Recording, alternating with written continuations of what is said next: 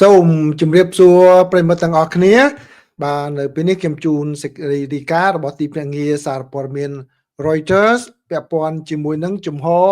របស់កម្ពុជាដែលត្រូវបានទទួលការអញ្ជើញរបស់លោកប្រធានាធិបតី Donald Trump ឲ្យចូលរួមជាមួយនឹងក្រុមប្រឹក្សាសន្តិភាពបាទបើយោងតាមសេចក្តីរាយការណ៍របស់ទីភ្នាក់ងារសារព័ត៌មានអង់គ្លេស Reuters បានឲ្យដឹងថាប្រទេសកម្ពុជានឹងចូលរួម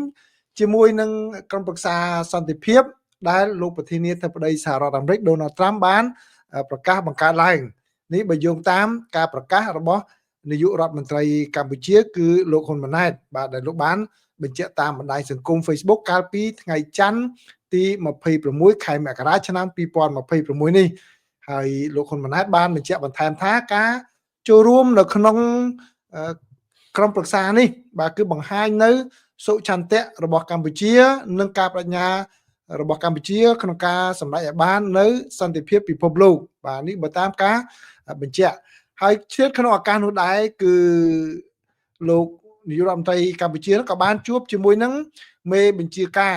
នៃបញ្ជាការដ្ឋាន Indo-Pacific របស់សហរដ្ឋអាមេរិកគឺលោកនាយឧត្តមនាវីSamuel Paparo លោកបានជួបនៅក្នុងនោះហើយបានបញ្ជាក់អំពីការសហប្រតិបត្តិការ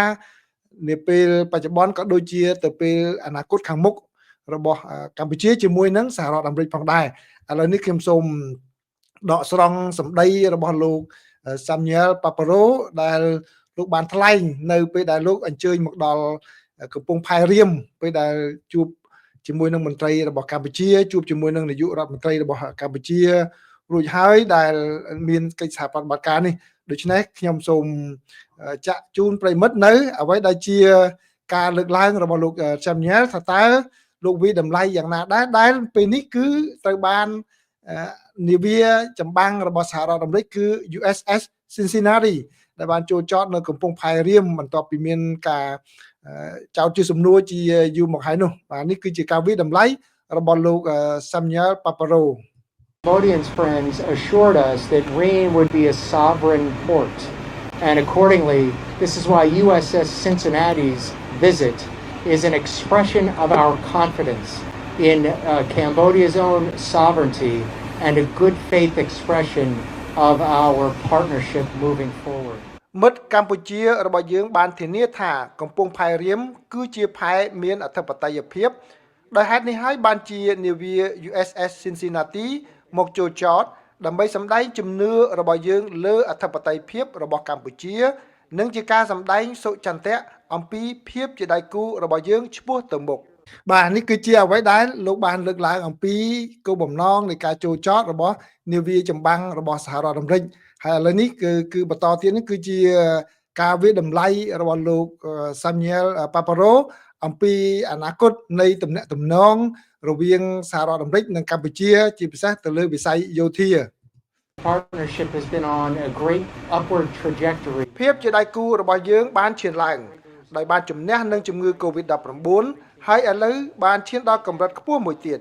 ថ្មីនេះយើងបានពិភាក្សាការងារជាយុទ្ធសាស្ត្រជាមួយនឹងមេដឹកនាំការពីជាតិកម្ពុជានៅជំរំ Camp Smith ក្នុងរដ្ឋ Hawaii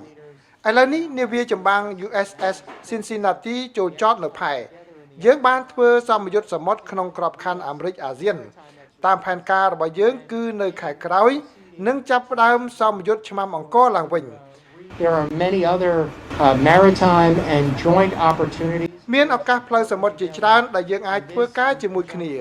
ការនេះស្របគ្នានឹងការខិតខំរបស់យើងរួមគ្នាជួយដោះស្រាយវិបត្តិព្រំដែនដែលជាការបង្ហាញនៅចំណងតាក់ទងជ្រាលជ្រៅនិងឈានឡើងរវាងសហរដ្ឋអាមេរិកនិងកម្ពុជាសម្រាប់កិច្ចការខាងមុខមហិច្ឆតារបស់យើងគឺធ្វើឲ្យភាពជាដៃគូនេះកាន់តែជ្រាលជ្រៅដោយឈរលើមូលដ្ឋានគោរពគ្នាក្នុងពេលដែលយើងលើកកម្ពស់តំបន់ Indo-Pacific សេរីនិងបើកចំហដែលប្រទេសទាំងអស់ទោះជាធំក្តីតូចក្តីអាចទទួលបានផ្លែផ្កានៃការវិនិយោគទុនស្ថិរភាពនិងសន្តិសុខបាទនេះគឺជាអ្វីដែលខាងមេបញ្ជាការរបស់សហរដ្ឋអាមេរិកបានលើកឡើងហើយនៅក្នុងនោះក៏មានការបង្ហាញអំពីដំណើរការអញ្ជើញរដ្ឋមន្ត្រីក្រសួងការពាររបស់កម្ពុជានឹងឡើងទៅលើនាវានោះផងដែរហើយក៏បានជួបជាមួយនឹង មន្ត្រីរបស់កម្ពុជានៅកំពង់ផែរៀមហើយក៏មានកិច្ចជួបផ្ទាល់រវាងលោកប៉ាប៉ារ៉ូជាមួយនឹងនាយករដ្ឋមន្ត្រីកម្ពុជាដូច្នេះខ្ញុំសូមជូនសម្រង់សម្ដីរបស់លោកប៉ាប៉ារ៉ូចុងក្រោយតើលោកវិតម្លៃយ៉ាងណាដែរអំពីជំនួបរបស់លោកជាមួយនឹងមេដឹកនាំកម្ពុជានេះជួបប្រជុំប្រកបដោយផ្លែផ្កាជាមួយនឹងលោកនាយករដ្ឋមន្ត្រីហ៊ុនម៉ាណែតខ្ញុំមានកិត្តិយសបានជួបលោកជាច្រើនដងដូច្នេះនៅថ្ងៃនេះខ្ញុំសូមថ្លែងអំណរគុណដែលលោកបានចំណាយពេលជួបជាមួយខ្ញុំយើងបានពិភាក្សាអំពីបញ្ហាដែលមានសារៈប្រយោជន៍នឹងគ្នានឹងការកសាងភាពជាដៃគូយើងក៏បានពិភាក្សាអំពីទូនាទីរបស់សហរដ្ឋអាមេរិកក្នុងការនាំយកសន្តិភាពនៅតាមបណ្ដោយព្រំដែនការសន្ទនាទាំងមូលផ្ដោតជុំវិញចំណុចដែលថាទាំងសហរដ្ឋអាមេរិកនិងកម្ពុជាគឺជាប្រជាជាតិដែលស្រឡាញ់សន្តិភាពហើយចង់ធ្វើការជាមួយនឹងគ្នាឆ្ពោះទៅរកសន្តិភាពក្នុងតំបន់នៅគ្រប់ឱកាសដែលយើងអាចធ្វើបានដូច្នេះខ្ញុំសូមថ្លែងអំណរគុណលោកហ៊ុនម៉ាណែតចំពោះភាពជាអ្នកដឹកនាំនិងចក្ខុវិស័យរបស់លោកបាទសូមអរគុណប្រិយមិត្តច្រើនដែលតាមដានការចែករំលែកនៅប្រសាសន៍របស់លោកឧត្តមនាវីសាមញ៉ែលប៉ាប៉ារ៉ូ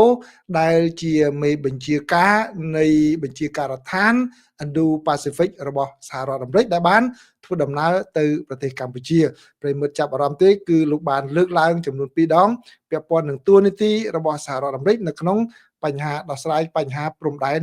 របស់កម្ពុជាជាមួយនឹងប្រទេសថៃបាទបើមានការវិវត្តអ្វីថ្មីខ្ញុំនឹងជម្រាបជូនប្រិយមិត្តទៀតនៅពេលនេះសូមអរគុណសូមជម្រាបលា